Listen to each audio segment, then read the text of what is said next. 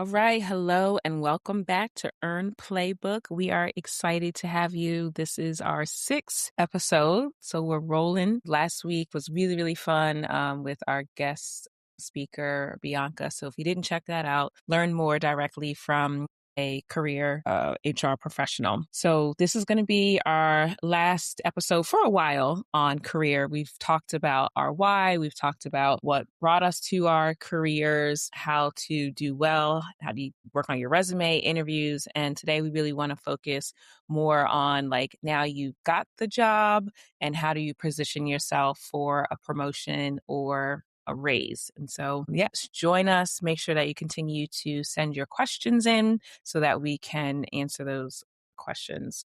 But as always, before we get started, gentlemen, how has your life been? Work life, personal life, anything? How are things? Yeah, work has been good, Stephanie. Everything is working as planned. And I know you and Kojo, you guys are all like busting your behinds when it comes to work. We are. Yeah, I'm tired. Very I tired. know, I know. I have a feeling this week was a little bit slow. But for the most part, I think everything is good, and I'm happy for sunny days coming up. Gets a little bit weird. It gets cold, and then it will get hot over here. Yes. I don't know about you in Yes. Maryland, right? Yes, we went from like winter coats to summertime, back to winter to summer and rain. So yeah. Yeah, I don't like it. I don't like it. It got to make up its mind. Yeah, but for the most part, it's been good. How about you, though? How's your week been? A week's been good. It's been very busy. Like I had my first call at 8:30 a.m. this morning. Then I was back to back every hour on the hour to the point where I had like a headache at the end of the day because Oh, like I didn't even schedule lunchtime. So I have to do better with my schedule. But it's been a good busy, lots of progress. So no complaints. that's good. I'm proud of you. Thank you. What about Kojo? How are things? Yeah, so it's been really good. Very busy. As you all know, I do work with a startup, so startup life is always busy and, we kind of have a lot of fun projects going on. So kind of just looking forward to how the current, work situation is going. On the personal life side, as Jeff already mentioned, it's getting warmer and I'm very thrilled. I'm looking forward to playing some soccer. That's if I will. Hopefully not get injured. But kind of looking forward to it. All right. So that was a jab at me. I didn't mean to, but it was You just, You couldn't resist. Couldn't resist. I really couldn't. All right. So I will tell the viewers and I will tell you too, Jeff, that I went to play tennis for the first time and it will be my last time. And I injured my Achilles. So I've been, wearing a boot, limping Oh, around. Have to get an MRI to see what's really going on. But yes, I injured myself. oh man. Sorry, Yeah. man. Kojo, I think Stephanie got that Serena syndrome. I You did. felt like Serena Williams. I was out there doing my thing, and my pride wouldn't let me stop until like I just got it really well. And then, yeah, basically my body's like, you are not in your 20s and you cannot do high impact sports. So, I live to learn. I know. I think they say you got to respect your age now. Yes, you really do. That's what my brother said. He's an athletic trainer, and that's the first thing he said. He's like, yeah, no, you can't do that. And I think I just overdid it. Like I'd worked out in the morning, which I normally do, and then I went on a walk, and then I did this. And according to him, at my age, we need to have rest. So, but It's okay. it's It's all good. okay. I'm gonna It's bounce feel back. better soon. Lesson learned. Yes, lesson learned. Thank you. All right, well, let's get into it. I always want to just remind people, caveat, like everything we say is our experience, right? It's what we've learned through work, through life, through conversations with friends. And we just hope to, like, through our experience, you learn from it and you can take it and apply it to your own lives. But I first want to kind of go in the direction of career growth and really defining like what does that mean? Like what does career success actually look like for you right now?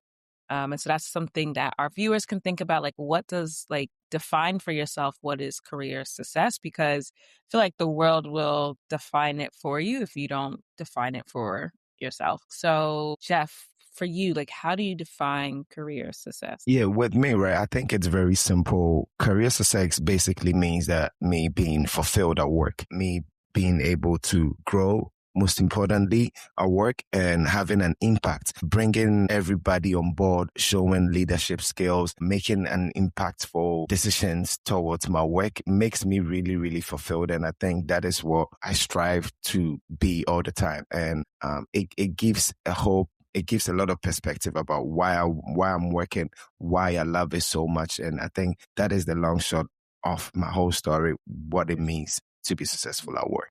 I love that, the impact piece. I think that's huge. That's huge. Yes. Kojo, what about you? What is career success?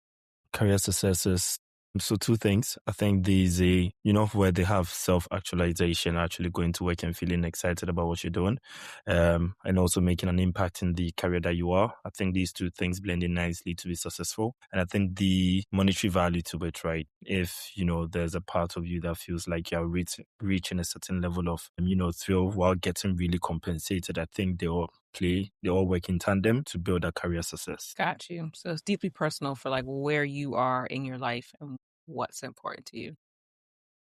Exactly. And I feel because success can vary person to person, right? Some people can be straight out monetary. Some people can be, the pinnacle of their career where they've got to the highest position. Someone maybe is a PhD. And I think all different ones is that self-actualization of what you say your target to and say you want to get there. But there's also a level of you can get there, but real life hits where, you can afford your bills. That does not make you really enjoy it. So I feel for you to feel that you are successful at your career, you are getting all forms of satisfaction from it. And I think there's a level of satisfaction and success that mesh really well, that because you could get to the highest pinnacle of your career, but still not be happy.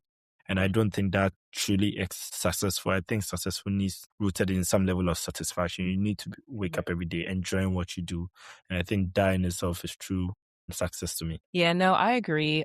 I was listening to something and the gentleman was talking about how he was asked to talk about how he, quit his 9 to 5 and he's a full-time entrepreneur. And he said that like basically he didn't answer the question because he's like, it's deeply personal, right? To you, where you are, where you want to go. And I do think there is this kind of notion of like, oh, entrepreneurship, like that's the way to go, which there are. And to me, like there's benefits to both entrepreneurship and, having your corporate job or 9 to 5. And it just depends on like who you are and where you want to go. And that there's not like a cookie cutter way of like what's wrong or what's right. It just depends about where you want to go. And like I said, like how you define it. So I guess that is one of my next questions is around kind of a this or that. Do you think corporate job or entrepreneurship, when you think about like your career and growing, like should one continue in their corporate role or entrepreneurship? And Yeah. So basically, right, I think it all boils down to your goals. I think there's no straight path here. If you want to be an entrepreneur and you want to go for it, I would say just just go all in. And there's also this notion that we all know that don't put all your eggs in one basket. It's always good to have something to lean on, especially if you have a solid 9 to 5 that can feed into your entrepreneurial skills. You gather that knowledge and then put it into your own personal work. But I think back in 2016 or 2017, there was a whole lot of movements going on. Everyone was preaching about quit your 9 to 5. Let's go do your thing. There's a whole lot of people saying that just stop doing your 9 to 5. It is a waste of time. You're going to go work for someone. You're making someone rich. Just do your own thing. But sometimes I feel like there might be a little bit nuance in there also. You really, really need to sit back, steady what you're trying to put in, master your craft with your 9 to 5. And if you want to move into being a boss of your own, then you can transition into that. But I think it comes with a whole lot of preparation and knowing your skill set. And I think having that 9 to 5 would put you above. You will be able to learn more from your 9 to 5, and then you can transition into if you want to be your own boss. No, I think that is so critical. And I feel like people need to like really hear that, right? Like master your craft, because I do think there is this notion of like, I mean, we always think the grass is greener on the other side. And I think, yes, while there are tons of benefit to that, I do still think that there's a huge benefit like in your, 9 to 5. It doesn't mean it's forever, but I even think of myself and like when I first finished undergrad, like I wanted to start my clothing company, and that was before like Instagram and online shopping, like that it was not a thing. And so I remember doing a business plan, and I was going to have a brick and mortar. And when I saw the cost of it, I was like, oh wow, yeah, no, like I can't afford that. I just graduated college. Uh-huh. But I I just went into grad school, went to work, and it wasn't until like 5 years ago that I actually like launched my business. And I think about like what I have to deal with in my business now, and it's like I don't know. I mean, who knows, right? I could have started it then and I would have ended up different place. But everything that I learned in my 9 to 5, like I can apply it to what I'm doing now. And I feel like it's that experience of like working has actually helped me excel like in entrepreneurship. And so I just don't want people to miss that there's lots that you can learn Yes. from your 9 to 5. But Kojo, I know we talk about this all the time. Yeah, I think I agree. So I really agree with what both of you guys said. The truth is, entrepreneurship is not for everyone. It's actually very daunting. And you need to have a passion for it because truly all the faults actually fall on your head. As I'm speaking to you guys right now, I'm actually dealing with some on my very end this very second. And it's always going to be constantly like that, right? Like your 9 to 5, you're able to do that. If you're great at your job, you get real good peace of mind. And I think that is unrivaled. You're great at your job. You don't want to deal with management. You don't want to deal with anything. It is perfect. And honestly, 9 to 5 builds a lot of structure, right? Like you go to a corporate job, you have all your benefits, they take care of you, they make you feel great. Imagine you doing a 9 to 5 at say Google, Fortune 500, something, and you have all your benefits. I mean, you do your job, you log out, sleep, no one calling you at 10 a.m. because someone didn't show up. Oh, sorry, 10 p.m. because someone didn't show up. That to me sounds very dreamy. And there's so many millionaires that have been mentored through 9 to 5s. Entrepreneurship is not the only way that you get to being a millionaire. People say that all the time as, as law. And I think that's false. There are a lot of 9 to 5ers that become millionaires. It's millionaires, right? What does our daddy Dave Ramsey say? Talk to a lot of millionaires, and some of them come from what he said, accountants, teachers, and engineers, right? Like, Yes. I mean, that tells you everything you need to know. I do think entrepreneurship is a great thing. You just need to have the passion for it and the thrill for it, to be honest. And if it's not for you, it's not for you. There's nothing wrong with that. Yes, that's very true. And I think that there's some people having 9 to 5 that are making real good money, $300,000, $400,000. So with that being said, right? If you go to a person, if being an entrepreneur is not for this person because they're making a whole lot of good money, I think it's understandable. And as Kojo said, you need to have the passion for it. And if not, it is totally fine. I agree. Totally agree. That's good.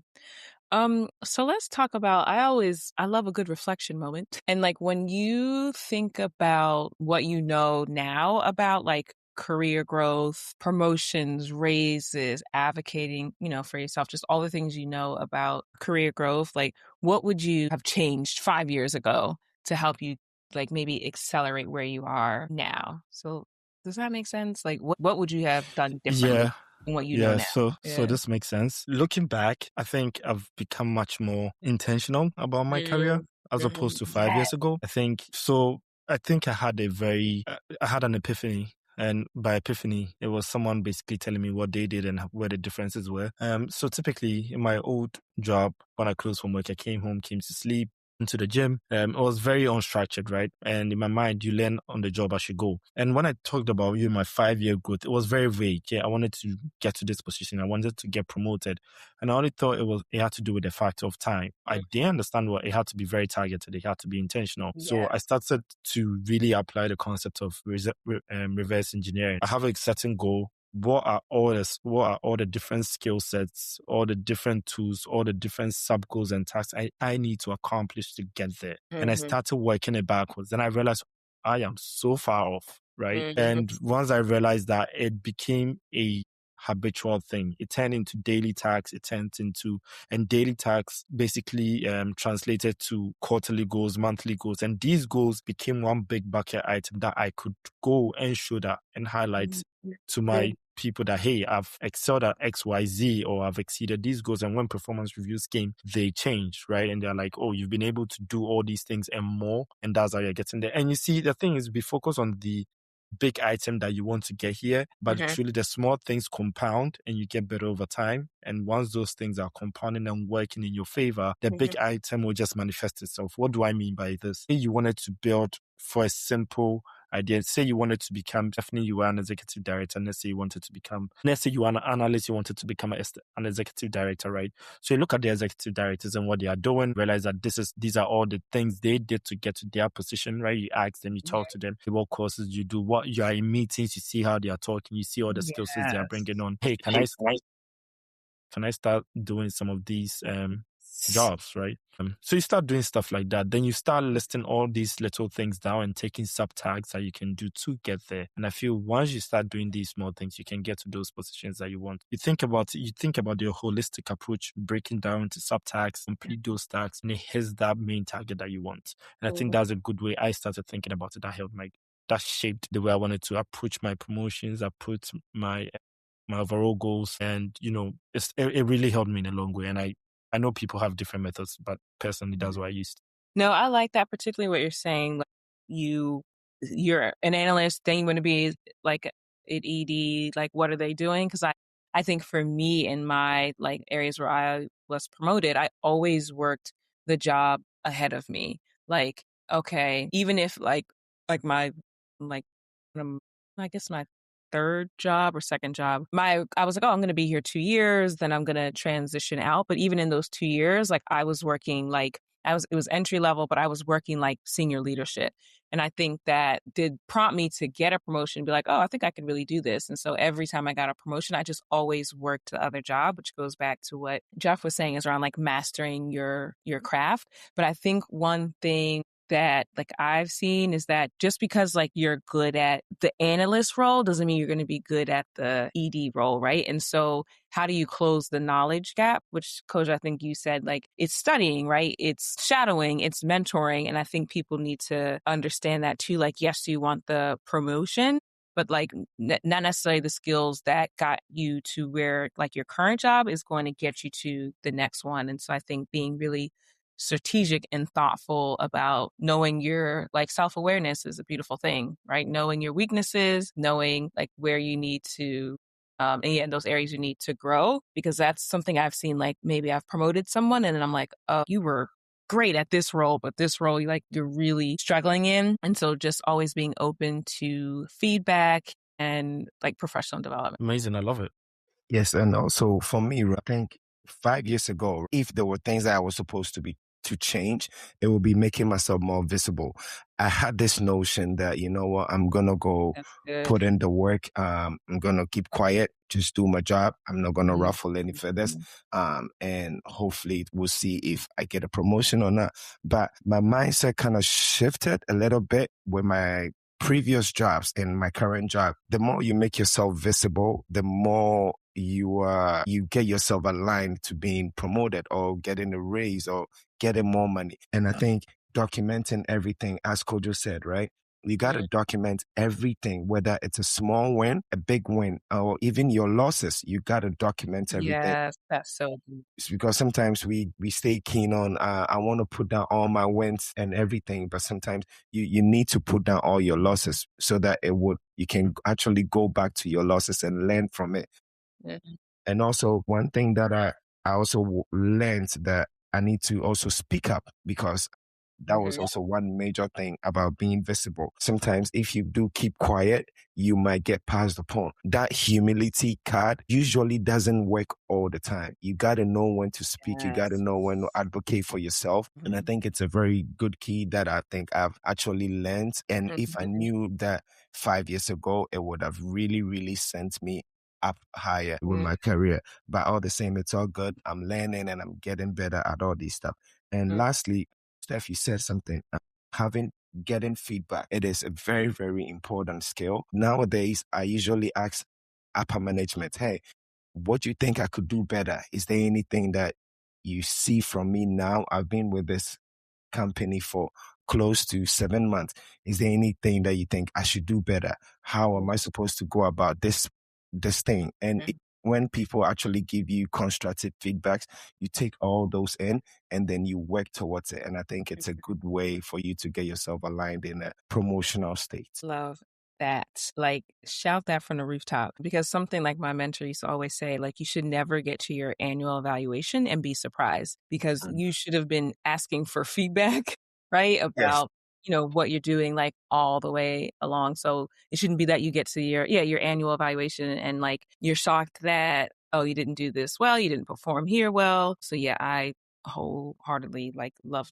that. Like, ask for feedback and even consider. Yes. I know we used to do 360s, and so pretty much everyone that you worked with like would give you feedback on your evaluation. So not just your direct supervisor, but your teammates, like someone in like finance or HR, like whoever you like also work closely with in the team would give feedback. And a little intimidating, right? Because it's like, of course you want like good, feedback, but I think, being humble and being open to, yes, receiving that constructive feedback from people who may not be your direct reports. That's true. That is very true. I mean, that's a good way to go about it, though. I always thought about getting feedbacks from upper management, but you saying that you go into HR or your peers, I think it's a very, very good thing. And I am going to take this and I'm going to run with it. Definitely. That kind of makes me think about, like, I do agree what you're saying, like speaking up and like advocating for yourself. I think that's something like I didn't really even know about. I mean, it's only the grace of God, really, because I didn't really know about like career growth. I think I've said this before that, my mindset was like I wanted to, I would get married, I'd have kids, but I didn't think about the career aspect of it. Like I knew I always wanted to be an entrepreneur, and be wealthy, but I never had like an actual like plan of like what that meant, how that, looked. And like I remember when I got my first like big person job, like I didn't negotiate the salary. I was just like, oh, okay. And of course, now in hindsight, I'm like, no, I should have looked at salary bands, market, like all of that. So I think that's the biggest advice I always give to people is like negotiate like your salary. And yeah, like the advocating for yourself. Like I think culturally too, it's kind of like with, elders. Like I remember I just always felt like, oh, I would just do what I'm told, even if it was like wrong. Like I wouldn't, speak up because I just felt like, oh, they're older, so they clearly know what they're talking about. So I think also being mindful of like the cultural nuances as well, and that it's often, different in the workspace. Yes. And also, Steph, right, to also add to your point, I think sometimes when you're negotiating, right, and it's not necessarily just salary. And I feel like when people talk about negotiating, it's all about money. Sometimes you could negotiate your hours. How if you work a certain period of time from home, do you get more vacation hours through the negotiating piece?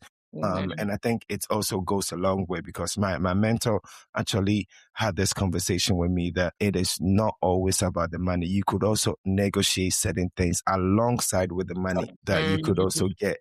You could work 2-3 days from home. You get to do certain things that if you had not brought it up, you would have just been part of the process and just do the regular stuff. As you are asking for more money, ask for flexibility also.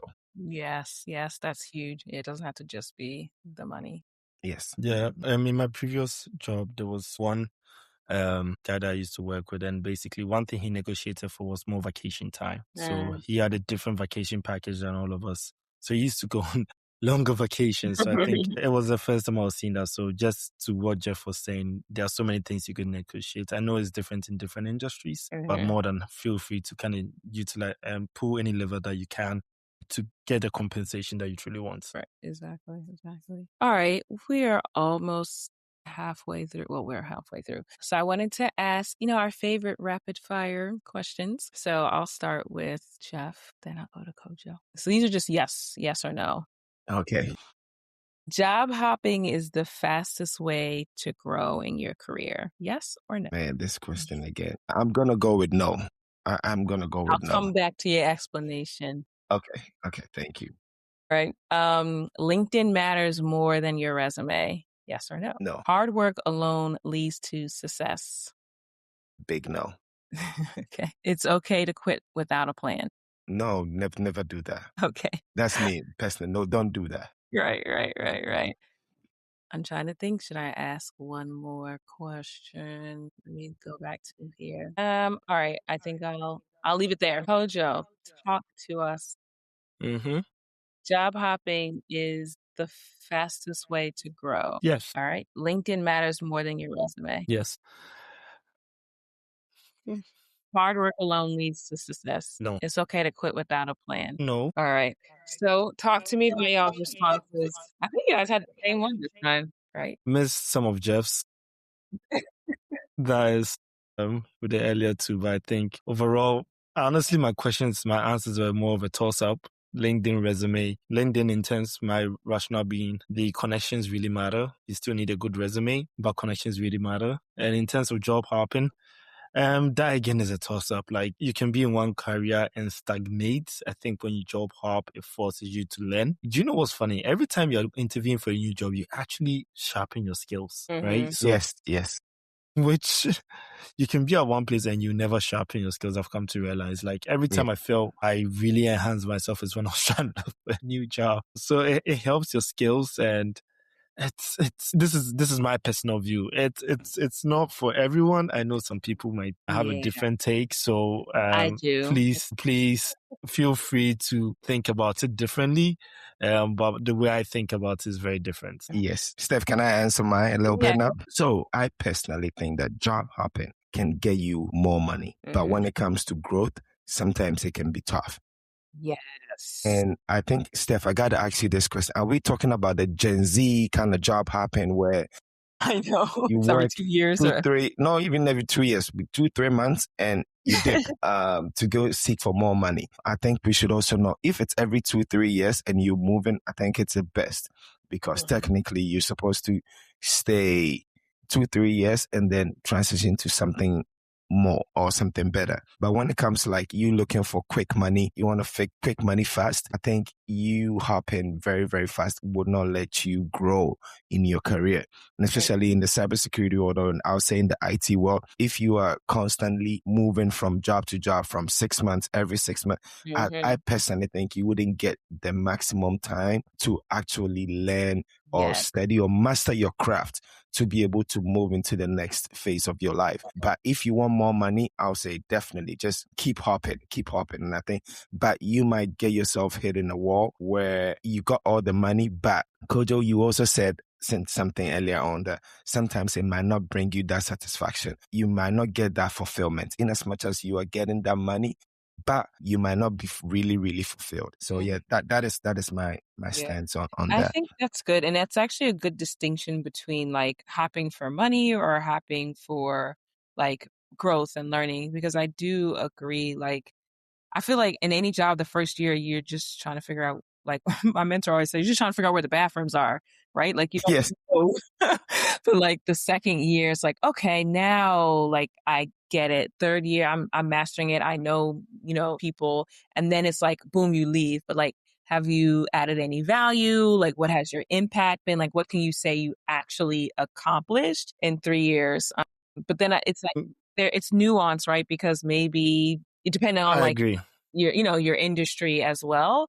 But it does depend on what are you trying to do. Will it get you more money? Yes. But I don't know. I feel like, and I'm different, right? Because I'm a loyalist. Like I pretty much stay for a while at my jobs, but I'm also intentional about where I'm going. So if I'm working there, I know I'm going to be there, for some time because it aligns correctly. So I think there's that to think of as well. Like maybe you don't, like maybe you're there and maybe you like every 2 years, like you're getting a promotion, you're growing. That might be different from like completely leaving the organization. So again, all of it is nuance, but I think so too. Yeah.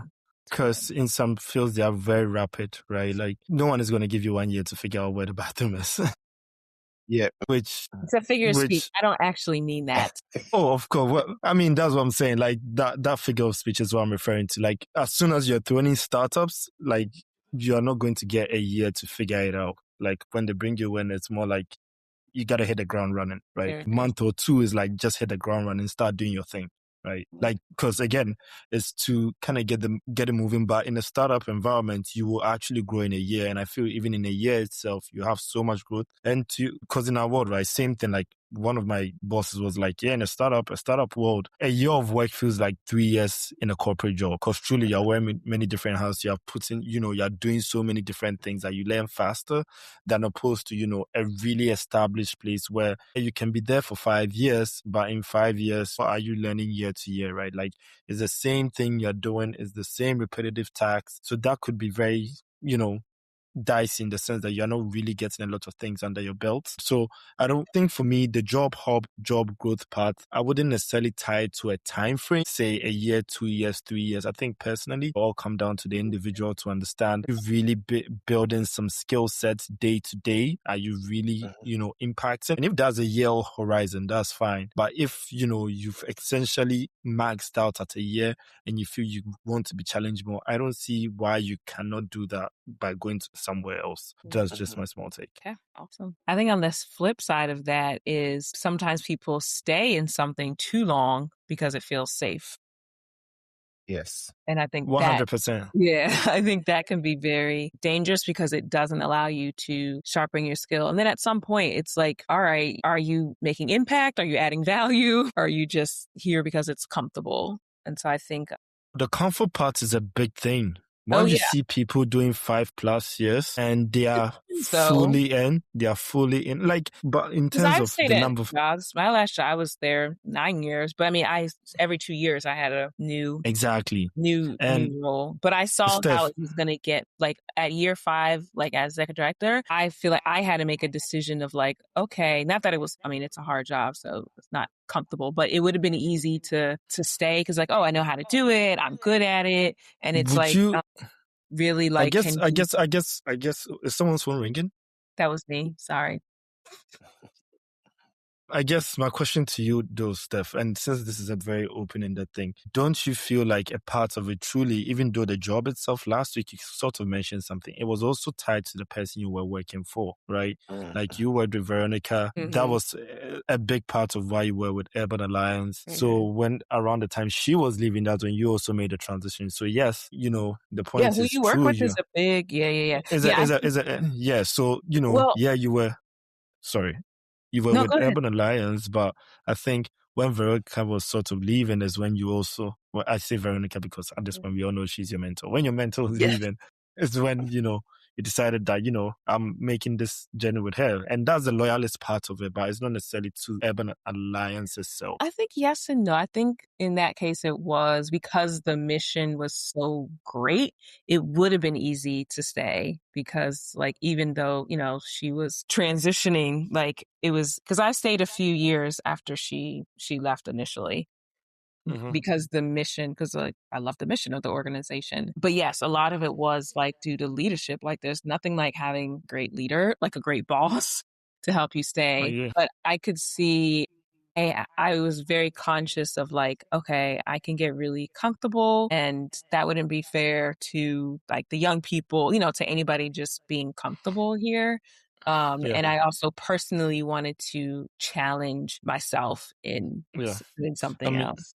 With a lot of big corps, right? And I'll just feel free to jump in. I think you see a lot of trend where big corporation, you see someone work 20 years and they write you on LinkedIn. You see someone work, 15 years. And I mean, it's beautiful, right? Because again, like after year 5, year 6, year 10, so you were around every single trick about the company. Yep, you're right. You start asking yourself, why do I need to go through all the stage again, going with a new company? And you're old, your money is guaranteed, it's coming in, you are not, and they say first in, last in, first out, right? That was when I was working on the rig, that's what they used to say. They're like, you're the last person in, you are the first person out. Meaning if you're fresh, you're scared that if you go to a new company and they're laying off, because you have not embedded yourself, you'll be the first out. So you get comfortable. So to what you guys were saying, that I think that part plays a huge, huge role, especially once you hit a certain age frame, like say mid-30s to mid-40s, that place where the kids have started going to expensive schools. Yeah. You don't want to take risk. Yes. You start thinking very long term that, you know what, these people are doing right by me. Why do I want to go and Start all explore over and again. Mhm. test my things? You have to care for. So while we talk about this, that brings a very interesting part. And Jeff, you guys, like when you're younger, do you guys kind of feel, I mean, for Steph, I say this, but Steph, I want you to understand something. You are also the anomaly in this data set. So when you say that you, in your early years, you started working with a company for 9 years. I know it's not common. I know. Yeah, And it's not common. Right. So you are the anomaly here. So I say this to say, when you're young, there's excitement to try different things in different places, right? Like in your 20s, Yes. when I was doing the rig, I remember seeing people doing the rig, and they asked me, they're like, "Do you want to do that?" I was like, "You pay great, but I don't know. Mhm. You know, it's gonna take a toll on my body. Like, but you're getting really paid well." I was like, "That's true, but I don't feel I'm gaining any skill." And truly, I wasn't. So, but I was young. I didn't have responsibilities. I could make that decision. But someone who was like in their 30s, 40s, 8 years down the line, they are still there because they have families to feed, right? Yes. Yes. Yeah, responsibilities. And, Yeah, and, that's and real. and I think with my current job, like working for the government municipalities, the more you stay, the more your retirement is secure, right? My boss has been there for over 35 years. He's going to retire in the next 2-3 years. When he retires, Impressive. he's going to get 85% of his pay till he dies. And that is how we work. The more that you stay, the more that your retirement package is set, right? So you don't have to worry about retirement when it comes to like working in the municipalities, right? And I think that is what has compelled a lot of people to stay at my current job. You've seen people that have worked 20 years, 30 years, almost 40 years. They've been doing the same thing over and over again. And when I have a conversation with these guys, right, I think, wow, how have you managed to survive 40 years? And then they'll tell you, hey, at least my retirement is safe. I don't have to worry about when I'm done with work here, I don't have to go get a part-time job at Starbucks or doing something. They know that they are all set for life and they're good. So I think sometimes the comfort that comes with it can be deep rooted. But this is interesting. This is interesting because when you bring this topic up, you realize you mentioned government jobs and where the premise of this conversation, where the premise of this conversation fell was to do with job growth. And the understanding is so to me, that sounds, now correct me if I'm wrong, that sounds to me like there isn't a lot of growth. You know exactly what you're doing. Yes. And you're very comfortable, so you wouldn't necessarily grow too much. And the point is, why would you care about growing when your retirement is safe? And that is perfect. I mean, if you want that, go for it, right? Like, I tell people all the time, I'm like, if I left the startup world and I, maybe entrepreneurship work, maybe Fortune 500, maybe something, but I get a government job that's going to guarantee me stuff, count me in, right? Because I'm, just take it real chill and it's right off into the sunset. Beautiful. That's it for me. Yes, no, Kojo, you hit the nail right on point. And I think that is also some of the disadvantages. The growth path, right, can be very, very detrimental. And if you don't take care, you might be very stagnant. So that is why, for me personally, right, I know that this is what I'm against. How can I grow? So that is why I keep working with the police force, with the fire service department, in as much as when I started working, my job role wasn't to be working with the police department or working with the fire stations. But I kind of find all these responsibilities and attach it to myself, knowing that it will go a long run. I'm not going to stay in this position for the rest of my life. Or if I decide I'm going to be with this company for the next 30 years, I'm not going to be a cybersecurity director for the rest of my life. I am going to transition. Because there's a real thing here, right? Do you remember what happened beginning of the year where, our Mr. President came in and he said the federal government was too bloated, right? Now imagine all these federal people, and some of them have been working 20 plus years. They ain't sharpened their skills and they had to all be forced out of the federal government. Now, you thought federal government was safe, so you never really sharpened your skills. Or, you guys heard about the recent Oracle layoffs, right? Yeah. Where crazy. they laid off about, what was it, 20,000 people? Yeah, almost. 20, Wow. right. And some of them were 20 plus. Like, where does loyalty get you? Now imagine you've done is SAP systems, enterprise resource systems, and that's all you've done. And it's very outdated, and now you're laid off after 20 years. No true job growth. Yep. Like, for me, that's where it feels scary. And that's why I'm like, you do for a while, start thinking about what the other things are. But again, it's all personal. It is really, really personal. It is. It is about where But this, and I think that's a good point, because it's like, everyone, you might have an aging parent that you're also taking care of, right? So it's a job that's a little, safe, so you can, do that, still have income and coming in. And so I think it's definitely personal. Yeah. Yep. All right. So closing us out, I think a question we could possibly help our listeners with, like, if someone feels stuck right now in like their career, where they are at work, like, what's the first move they should make this week? The first move they should make is, when you say stuck, I guess in my mind, first things first, I'll try to think about what makes you feel like you're stuck, right? Is it, when you say stuck, is it in your career, or are you trying to look at something differently outside of your career?